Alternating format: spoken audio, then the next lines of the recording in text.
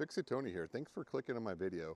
I wanted to start a new video series, and we're going to start it off with the top 10 upgrades to your RV that you would probably be most interested in. And this comes down to 5 years of experience of owning an RV and kind of the things I found to be helpful. Not necessarily going to be in order, but we'll talk when we start moving from the front to the back here.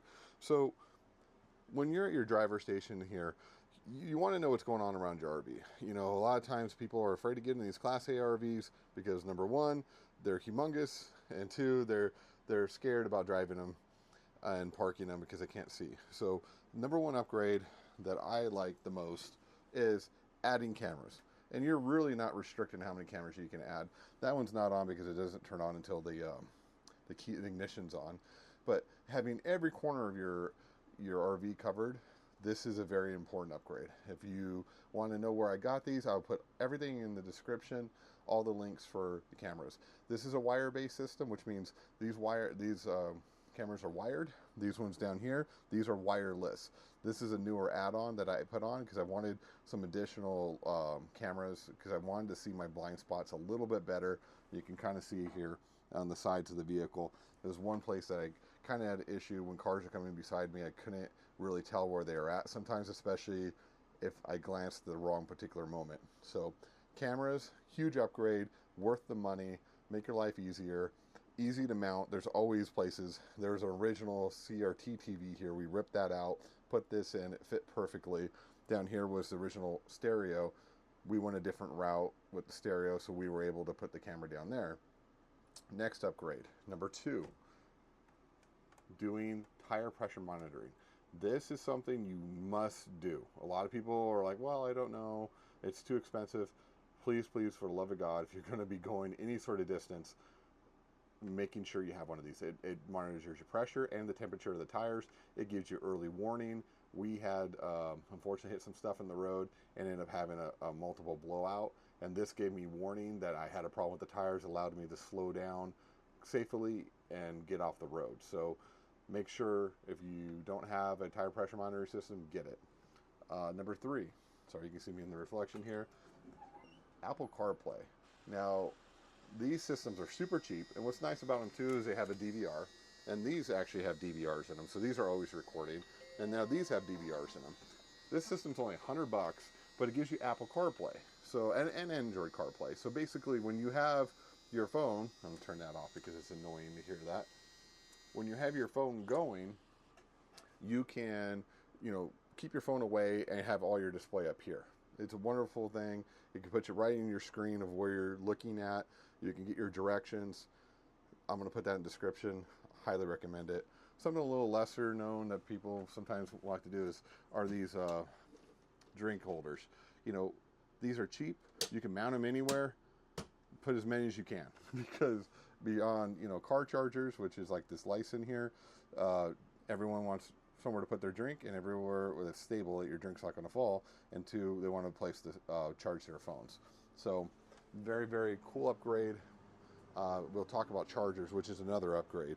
Again, if you're running like me, I have energy all the time because we have solar on this particular rig, so we always have energy. So we can run off the 110 and run as many chargers as we want. But if you're limited to 12 volt, I highly recommend getting the license and plugging it in. And it gives you multiple outlets, including PD at 30 watts. So that does give you all the power you need. I did say about the stereo. Again, if you're going to be spending more time in the rig and you want a more dependable stereo that doesn't run off 12 volt, because again, 12 volt is limited because of amperage. We upgraded to, and I'll have to take this loose really quick so you can see what I'm talking about. But we upgraded to a receiver-based system. So our whole sound system now has an actual receiver in there. Again, we have dependable 12 volt. I'm not making this one of my must, top upgrades because, again, that's not for everybody. But it allows to run more efficiently running it through 110 rather than having a 12 volt dependency on that. We'll move to our next upgrade. Highly recommend air filtration. Again, this does run off 110, but RVs are very dirty places. A lot of people complain, oh, I can't get an RV because they break and they always need repairs. And the best description I've heard about an RV, about owning an RV, is everybody, if you live in a home, right, your home's pretty durable, you would think, but your RV is way more durable. Why is it more durable? Because your home doesn't have to endure an 8.0 earthquake when driving down the road and hurricane force winds on a regular basis. So with that said, with that happening and the shaking, there are areas that air has to get in and out of this rig, whether it's a trailer or a Class A, B, or C RV. So air filtration is very important. Leviat has a very good air filtration system. We got changeable filters. I just changed that filter 2 weeks ago before our trip, and it's already getting dirty. So it gives you an idea of how much junk is in the air, especially when moving along. So having a good air filtration system, very, very important. The next upgrade we're going to talk about, we'll move over here to the lights. So as many lights as you can add, please add. And these are actually, I'll put them in the description. These are from a company called Nio Evo. But it's nice because they have a built-in dimmer. You can turn them on and off. They use 12 volts, and it's really the wattage. Because if you're using incandescent bulbs, your incandescent bulbs are using 20 to 50 watts. It doesn't sound like a lot, but over hours it adds up. These only use about 8 to 10 watts. So one of these lights uses the same power as one bulb and one fixture in your rig if you have not switched over. So if you haven't switched over to LED, switch over to LED. You're going to have a huge expansion of power that you're going to be able to use for a longer period. Next thing, quality smoke alarms. A lot of people, they try to cheap on certain things. If you are like me, I have a hotspot in the vehicle. These are Wi-Fi enabled. So if there's a fire, carbon monoxide, or anything, I'm notified right away, especially if you're having pets in the vehicle and you're leaving them unattended. We've seen some tragedies, especially at Quartzsite a couple years ago. It was so sad. Some gentleman lost all his dogs that he left because he didn't have an alert. You spend the extra money. Hotspots are not very expensive. Even if you leave your phone in the rig and use it as a hotspot, at least you'll be alerted if something were to happen. With that said, AC units. So a lot of people buy rigs. They keep the AC units in there. This unit's from Fagati. Actually, there's 3 AC units on this rig because we go into very, very hot conditions, and sometimes we boondock in very hot areas. We have a basement air from Coleman, which is a 2-ton unit, and then we have 1-ton units front and rear, actually a little over 1 ton. These are both 16,000 BTUs a piece, and they're heat pumps and the air conditioners. And the nice part about that is that, if we don't need the basement air, these ones only use about 1,000 watts, which is about half what the old units used to use, far more efficient, and we can run these off battery power. And with that said, again, if you want to upgrade your electrical system, I've tried many units. Victron builds the best equipment. I went to Xantrex. Their automation sucks. Automation on Victron is second to none. It's worth the extra money.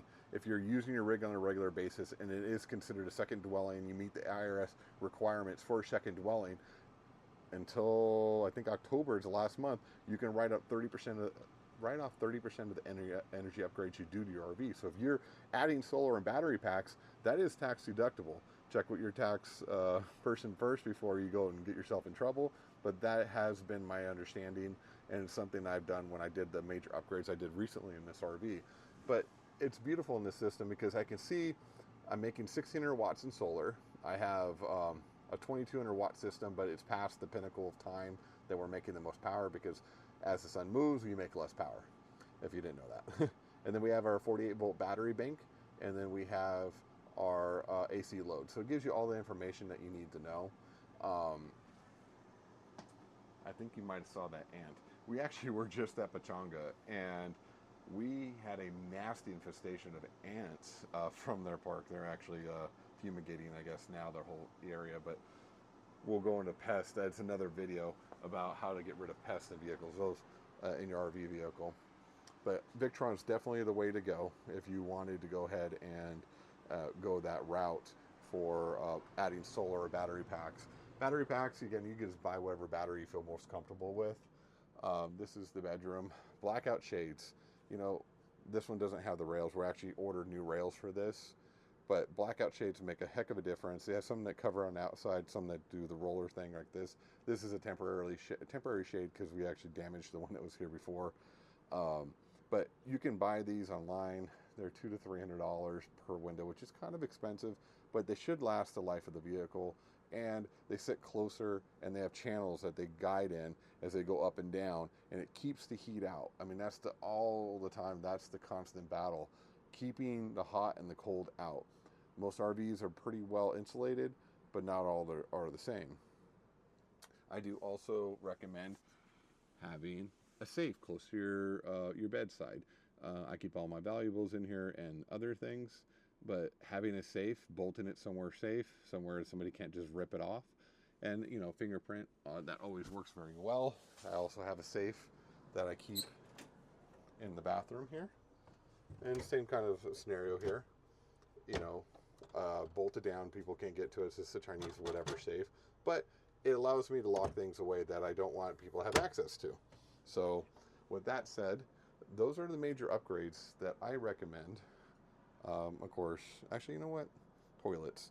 If you haven't upgraded your toilet, always worth upgrading your toilet. The Dometic 300 series and 310 series, excellent toilet, soft close, easy to maintain, rebuildable. You can put new seals in it, very easy, takes 10 minutes.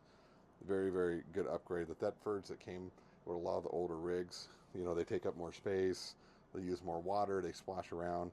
The porcelain technology on these has gone a whole step forward in that technology. And we actually did add a door that comes back and forth here, accordion doors as they call them. And you can kind of see the things we did to this rig. And I just got done putting brand new floors. I do have a separate water system. You'll see it here. It uses bottled water to supply water to and it's bolted to the wall here, to provide water. So I get fresh ice and water from my fridge, but the water and ice is coming from this bottled water, not from the tank system. And anybody who has a rig that's more than a couple years old will understand why that's important. Calcium buildup, magnesium buildup, not magnesium, manganese or whatever in the tank. This makes the water less than delicious, and who wants to drink contaminated water? So that is also a major upgrade that I highly recommend. Looking around, if you see anything you want to see in the future, please let me know. I'm going to start doing some do's and don'ts, some things that we've learned over the years. This has been a real experience with this rig, learning how to, live on the road, live economically, be able to utilize the equipment you have, your microwaves, your fridges, so you're not eating out, so you make it make sense. Because the whole thing about owning something like this is offsetting the cost of hotel rooms and eating out. If you can supply yourself, when you hit on a road trip, you can have plenty of food, never have to eat out. That saves you, depending on the size of your family, usually about $5 to $8 per person per meal that you're going to save by making food yourself. And then hotels are astronomically expensive. I mean, if you subtract the fuel, we actually tow our truck behind us, so we have another vehicle. It makes sense economically. And then we own the rig, so we can use it wherever we want. And me personally, I like to sleep in my own bed with my own stuff. I don't like being in other people's beds where other people have been. And rooms may look clean, but to me, I lived on the road for quite a few years with my previous job, and I will tell you, hotels are disgusting. I don't care which one you go to. They cannot clean it enough to get the stink and nastiness out of some of those places. So it's nice to have your own place with your own stuff, easy to load, easy to unload. You don't forget anything in the hotel room. So there are a lot of benefits to owning an RV if you're going to utilize it properly. And that's what I'm going to talk to you about in this video series as we go forward. So please like, subscribe, share. I want to grow this. Put your any questions you may have in the comments. I will answer them. I will even make videos to just go over some of that stuff. So thanks for watching. Have a great day.